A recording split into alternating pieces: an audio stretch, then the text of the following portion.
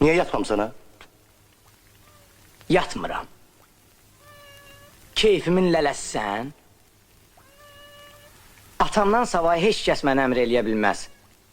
Atam da yoxdur. Deməli, ixtiyarım özümdədir. Lənət şeytana. Bu nə də? Yenə mi? Bu kimdir belə? Sənin adındır da, Nəsib. Çox istəməkdən deyə. Ged özümü sarı. Sil onu, qanmaz. Özün poz.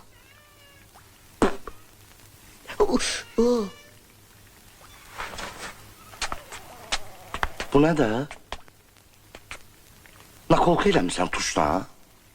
Yo, gilanar kompotu ilə. Ay, burası sənin üçün məktəbdir ya türmə? Sən o raport yazacağım. Etdir gözümdən.